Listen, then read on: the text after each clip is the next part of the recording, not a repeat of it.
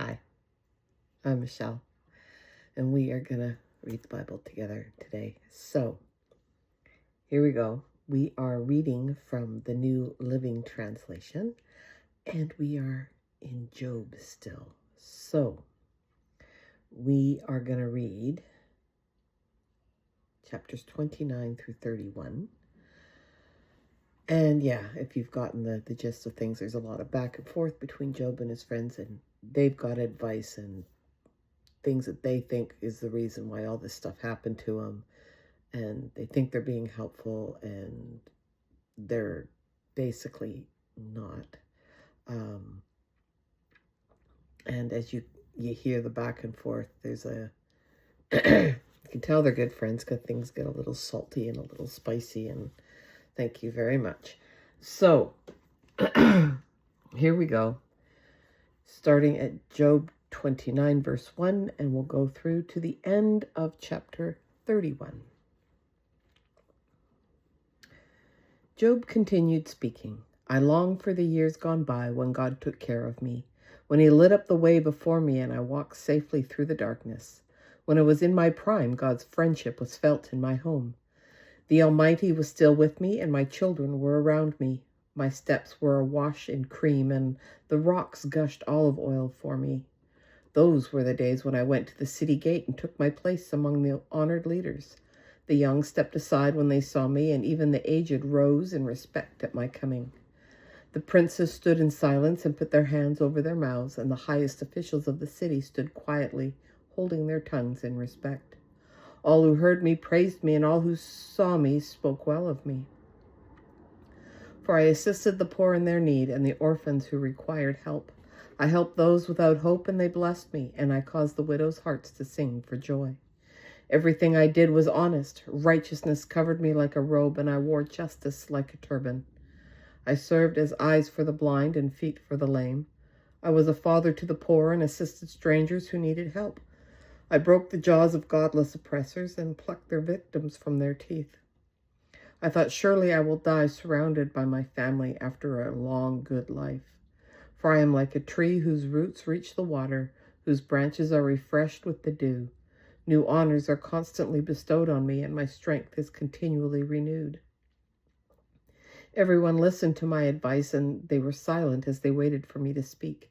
And after I spoke, they had nothing to add, for my counsel satisfied them. They longed for me to speak as people long for rain, and they drank my words like a refreshing spring rain. And when they were discouraged, I smiled at them. My look of approval was precious to them. Like a chief, I told them what to do, and I lived like a king among his troops and comforted those who mourned. But now I am mocked by people younger than I, by young men whose fathers are not worthy to run with my sheepdogs. Oh, a lot of good they are to me, these worn-out wretches. They are gaunt from poverty and hunger, and they claw the dry ground in desolate wastelands. They pluck wild greens from among the bushes and eat from the roots of broom trees. They are driven from human society, and people shout at them as if they were thieves. So now they live in frightening ravines and caves and among the rocks. They sound like animals howling among the bushes, huddled together beneath the nettles. They are nameless fools, outcasts from society, and now they mock me with vulgar songs. They taunt me. They despise me and won't come near me except to spit in my face. For God has cut my bowstring. He has humbled me, so they have thrown off all restraint. They have thrown off all restraint. These outcasts oppose me to my face. They send me sprawling and lay traps in my path. They block my road and do everything they can to destroy me, and they know I have no one to help me. They come at me from all directions, and they jump on me when I am down. I live in terror now. My honor has blown away in the wind, and my prosperity has vanished like a cloud. And now my life seeps away. Depression haunts my days. At night, my bones are filled with pain, which gnaws at me relentlessly. With a strong hand, God grabs my shirt. He grips me by the collar of my coat. He has thrown me into the mud. I am nothing more than dust and ashes. I cry to you, O God, but you don't answer. I stand before you, but you don't even look. You have become cruel toward me. You use your power to persecute me. You throw me into the whirlwind and destroy me in the storm. and I know you are sending me to my death, the destination of all who live. Surely no one would turn against the needy when they cry for help in their trouble. Did I not weep for those in trouble? Was I not deeply grieved for the needy? So I looked for good, but evil came instead. I waited for the light, but darkness fell. My heart is troubled and restless. Days of suffering torment me. I walk in gloom without sunlight, and I stand in the public square and cry for help. Instead, I am considered a brother to jackals and a companion to owls. My skin has turned dark, and my bones burn with fever. My harp plays sad music, and my flute accompanies those who weep. I made a covenant with my eyes not to look with lust at a young woman, for what has God done above chosen for us? What is our inheritance from the Almighty on high? Isn't calamity for the wicked and misfortune for those who do evil? Doesn't he see everything I do and every step I take? Have I lied to anyone or deceived anyone? Let God weigh me on the scales of justice, for he knows my integrity.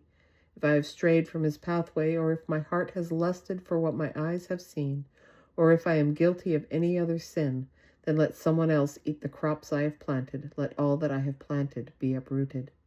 If my heart has been seduced by a woman, or if I have lusted for my neighbor's wife, then let my wife serve another man, let other men sleep with her. For lust is a shameful sin, a crime that should be punished. It is a fire that burns all the way to hell. It would wipe out everything I own. If I have been unfair to my male or female servants when they brought their complaints to me, how could I face God? What could I say when he questioned me? For God created both me and my servants, and he created us both in the womb. Have I refused to help the poor or crushed the hope of widows? Have I been stingy with my food and refused to share it with orphans? No, from childhood I have cared for orphans like a father, and all my life I have cared for widows. Whenever I saw the homeless without clothes and the needy with nothing to wear, did they not praise me for providing wool clothing to keep them warm? If I raised my hand against an orphan, knowing the judges would take my side, then let my shoulder be wrenched out of its place. Let my arm be torn from its socket. That would be better than facing God's judgment. For if the majesty of God opposes me, what hope is there? Have I put my trust in money, or felt secure because of my gold? Have I gloated about my wealth and all that I own? Have I looked at the sun shining in the skies, or the moon walking down its silver pathway, and been secretly enticed in my heart to throw kisses at them in worship? If so, I should be punished by the judges, for it would mean I had denied the God of heaven. Have I ever rejoiced when disaster struck my enemies, or become excited when harm came their way? No, I have never sinned by cursing anyone or by asking for revenge. My servants have never said he let others go hungry.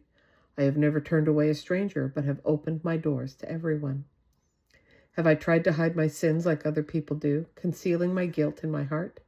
Have I feared the crowd or the contempt of the masses so that I kept quiet and stayed indoors? If only someone would listen to me. Look, I will sign my name to my defense. Let the Almighty answer me. Let my accuser write out the charges against me. I would face the accusation proudly. I would wear it like a crown, for I would tell him exactly what I have done. I would come before him like a prince. If my land accuses me and all its furrows cry out together, or if I have stolen all its crops or murdered its owners, then let thistles grow on that land instead of wheat, and weeds instead of barley. Job's words are ended. And that, my friends, is our reading for today, January 11, 2025. I'm so glad you joined us. And I hope you'll join me again. Till then, take care and bye for now.